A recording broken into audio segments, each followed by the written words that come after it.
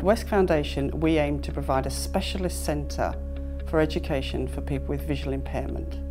What this looks like to us is that we provide a school and a college, but also we provide extensive outreach, we provide research and development, and we provide a range of other services, all of which are designed to promote us knowing more about visual impairment and us handing that knowledge on to the people that matter. That's parents, families, the young person with visual impairment, and anybody whose life is affected by visual impairment. It's just such a great place and facilitates for everyone's individual needs.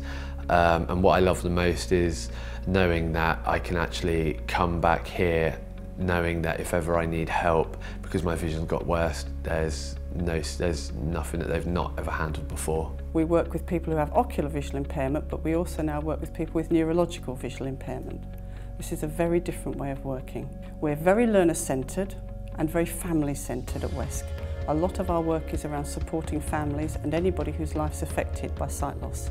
The physical facilities we have here are unparalleled in this country, I think.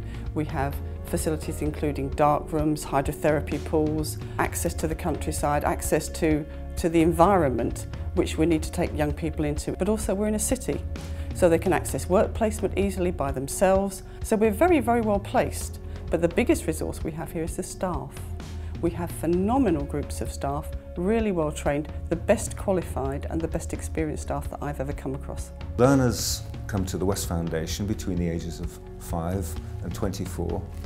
In the school they follow the national curriculum subjects, but we also have a specialist curriculum as well, which will deal with things like physiotherapy, occupational therapy, speech and language therapy, those sort of things, whatever people need. We have a number of young people who have very complex sensory processing issues, and for that we have skilled, trained therapists in sensory integration. And we have on site here a sensory playroom, which enables young people to have a sensory diet to enable them to access the curriculum. For some people, a long period of time in a classroom becomes very, very difficult, and they need to exit that, have particular strategies to help them to cope with functioning within a group.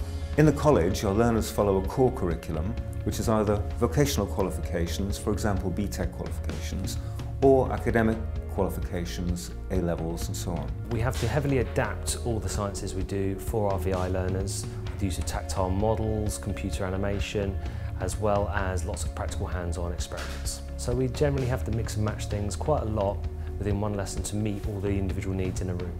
The students come to this building to study radio production or music technology as an accredited course.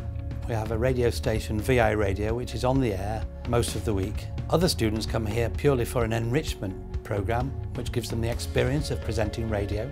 We have a really good time on a Wednesday. Why do I love working in this room?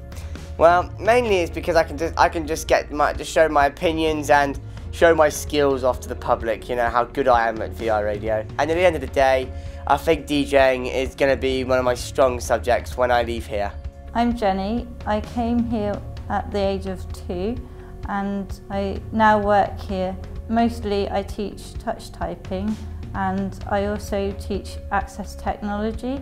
I work on a one-to-one basis with students and it depends on their individual needs what I teach them. We have a mobility team who are involved in training young people in the skills that are needed to make sense of their environment and to move around safely and efficiently within that environment. For some young people it will probably be around their classroom and school setting, but for others it might be more adventurous, getting off campus, going into the city centre, using public transport and endeavouring to get into the community by independent means and using skills that enable them to do that safely. We have residential accommodation for the school children, and that's very geared to their personal needs and their level of function. As the students move through college, we're gradually developing more independence within their environment. Skills are being developed so that they're becoming more aware,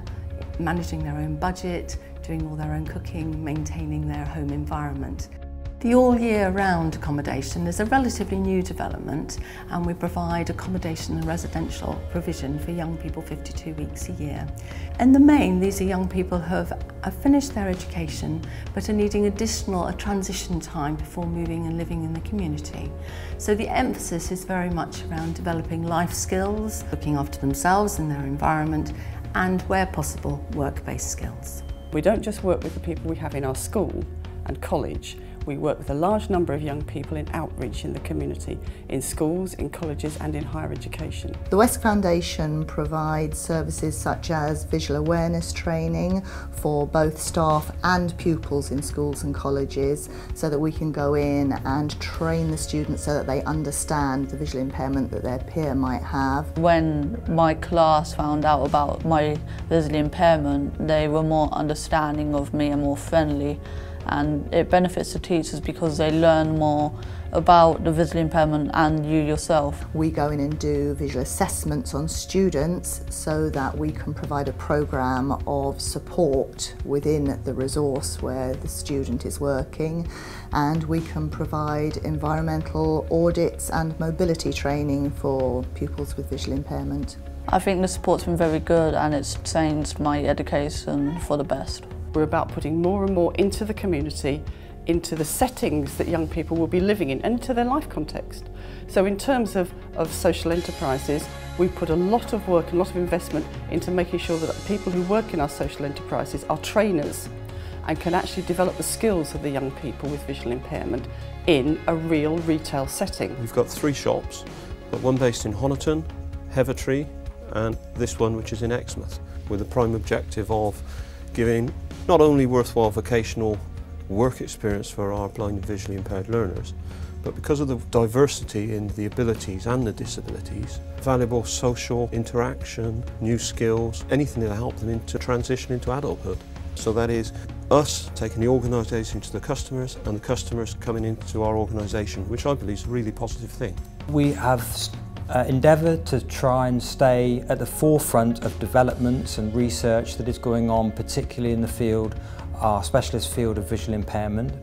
And we are always interested in working with people from around the world, in fact, to help develop our knowledge and expertise. So we're setting ourselves up to be the specialist centre for visual impairment because we're basing our knowledge and our standards on international research and international work. We have a programme whereby young people all have a baseline assessment around their skills, and from there the key people who work with them make decisions with the young person about what would be key targets, very smart targets, very key things that they can work on. It's very much about the individual person with a sight loss choosing which areas are the most important to them and choosing which areas are the most difficult to them, and then working up their own programme with the skills they want to acquire.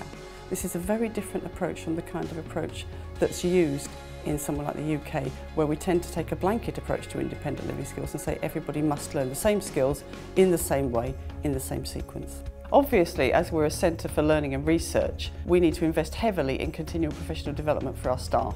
So we have very comprehensive packages for all our staff, training all of them in masses of areas, from health and safety right the way up to neuroscience. So all staff receive these packages, including admin staff, catering staff, maintenance staff.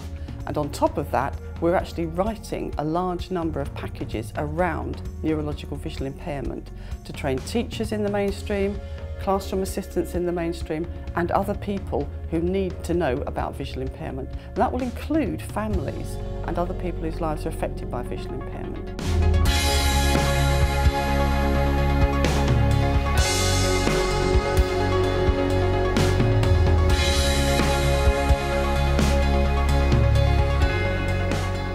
Our learners are so unique that even though I may be teaching the same class, the same subject, week in, week out, the way they approach it, what they come up with, they challenge you to teach it a different way every time you teach it.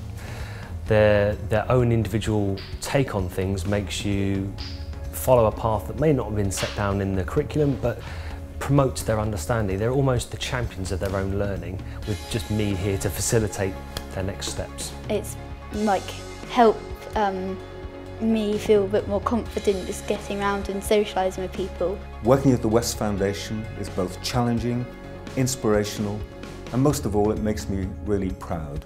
My dad was really, really proud of me. He was scared at first, but he came up and had a look yesterday, and he's really proud of me.